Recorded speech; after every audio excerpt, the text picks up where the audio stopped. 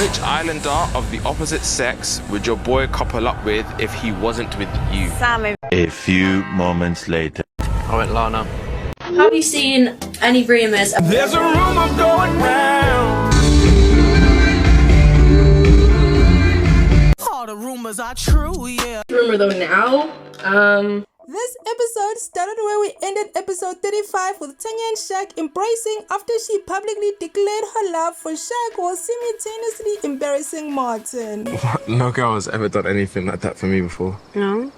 No girl has publicly embarrassed you like this either. Anyway, Tanya tells Shaq she loves him, and although she meant it before, now she really means it, and Shaq has always been in love with her and he appreciates the gesture. So Tanya apologized once more and the twosome kiss while Martin watches them from across the villa. I look like an idiot in front of everyone. I feel like causing some drama right now though. Oh, okay. Reading! I don't want peace. I want problems, always! After that reassurance, Martin heads over to Tanya and Shaq. He tells Shaq he doesn't have any beef with him, and then he pulls Tanya to the fire pit, and once at the fire pit, Martin lets Tanya have it, calling her a liar. He said he knew about the disappearing stint, but he did nothing about it because... Aaron don't cause drama. But, what the fuck? And just like that, Martin walks off, and an islander who's on the couch, I think it was Maxwell, he asked Martin if he's all good, and Martin responded saying he just wanted to tell Tanya she's a liar, and Tanya told Martin to not call her a liar because he was pissed she didn't pick him. What's going on? I just told her she was a liar and she was insincere. That's what I said. No. Ooh, now that left Tanya furious. She wanted receipts on what she had lied about. Tanya apologized for not picking Martin and for not telling him she had kissed Shaq. Later, Tanya vents to Shaq and he said he has empathy for Martin, but he had to swallow his pride when Tanya got to know Martin, so... it is what it is. It is what it is. It is what it is. Every emotion, every bit of anger, everything that I felt, I was ready to go home today. Like, I was ready to be done with you. But Shaq was glad he didn't leave as he would have missed Tanya's speech, and later, Martin and Shaq cleared the air and Martin felt like Tanya was insincere and that the relationship they had at Casa Amor had changed once they made it to the main villa, and Shaq understood where Martin was coming from. How you're feeling now is only a fraction of how I felt that night. That's the thing, right? Because I know you felt worse. Tanya tells Shaq she doesn't want to share a bed with Martin, and so Shaq suggested that she sleeps with him on the daybed. Once it was bedtime, the twosome shared cuddles under the night sky while Shaq declared he's never been in love like this before, and the couple shared goodnight kisses. Did not think I was going to be ending my night in the bed with you. I think yesterday was probably the best night I've had in here so far. During the morning debrief, we learned that Jess still doesn't trust Will. She has forgiven him, but she has not forgotten all about that Casa Amor situation. Now, watch this video to hear Lydia's point of view regarding that whole Casa Amor situation. Back to the show, I'm not a fan of Liv, but right here, this moment, she was making sense. As your friend, I think you definitely should put an arm out and apologise. With that said, Tanya had a chat with Martin. She apologized for how Martin learned about the news and she admitted she should have told him sooner. Martin accepted her apology, but he didn't appreciate being called bitter. I said what I need to say, I'm over it. But it's good that you pulled me for a chat and I feel like I've expressed to you enough how I feel, so... Speaking to Tom, Casey seems like he's ready to leave his relationship or coupleship with Claudia. He then told Claudia if her type on paper walked into the villa, she should go for it. Meanwhile, Will wanted to know if his relationship with Jesse would work outside the Love Island bubble. I definitely will make it work, but... So with me?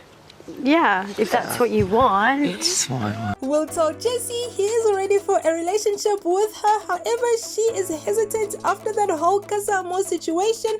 Then, Sanam received a text. The Islanders will be participating in Knowing Me, Knowing You challenge. So, which couples know each other best? Do you know what? I feel like me and Tom have got this in the bag, to be fair. Don't say to be fair. Hate when people say to be fair. It sounds like to be fair. To be fair. Not to be fair. Welcome, guys, to Knowing Me, Knowing You 2023. The boys are up first, and Casey Casey and Claudia scored a point for knowing that Claudia doesn't have a middle name. Then Tommy and Sammy scored a point for knowing what turned Sammy on. As for the least genuine islander, Kai and Sinem both guessed Olivia. Martin and Tanya thought it was Kai, and the rest of the islanders guessed Martin. Martin. Sorry, I did say Martin. Yeah, but Martin. Just Martin. Martin. That seemed rather harsh. Moving on to the girls, Casey and Claudia scored a point for knowing Claudia's best sex position. So did Sammy and Tom. Then it was the most compatible couple. All the girls chose Will and Jesse, and Martin was the only boy that chose Will and Jesse, and this left Jesse feeling rather suspicious.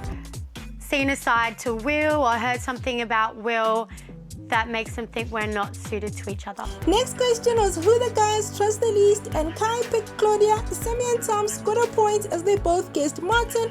Lana and Ron jumped on that bandwagon, and the next question was who the guys would couple up with if they weren't already in a couple. Casey chose Lana, which had Claudia upset, but even Ron was surprised why Claudia didn't pick Lana. Maxwell and Liv scored a point as they both chose Shaq, and Sammy and Tom both chose Claudia, earning them a point, and Jesse chose. I really think this one needs explaining.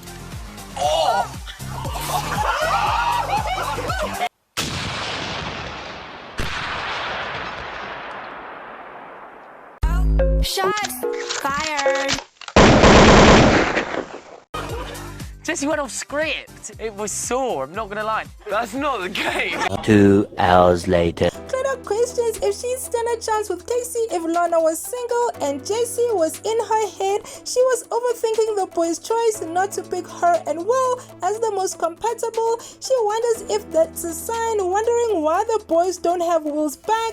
Meanwhile, Martin couldn't understand why the Islanders all chose him as untrustworthy. But cheers to being the winner. Yeah, Cheers, guys. Do you know what? I feel like we were the underdogs as well. No one expected it. These four went on to gossip about Kai, with Sammy revealing that Kai repeated everything he said to Liv to Sanam, and that is not true. Liv is instigating things once again since Kai isn't interested in her. Moving on, they all don't think Casey and Claudia have a real connection, and later, Jessie told Will how she felt about the non-compatible choice made by the boys, and I love how Will responded to her. He assured her and validated her feelings. Because that's not fair on you, and we're not going to grow as a couple if you keep pushing those feelings down. Yeah. Claudia thought Casey still has feelings for Lana, and Lana didn't expect Casey to pick her during that challenge.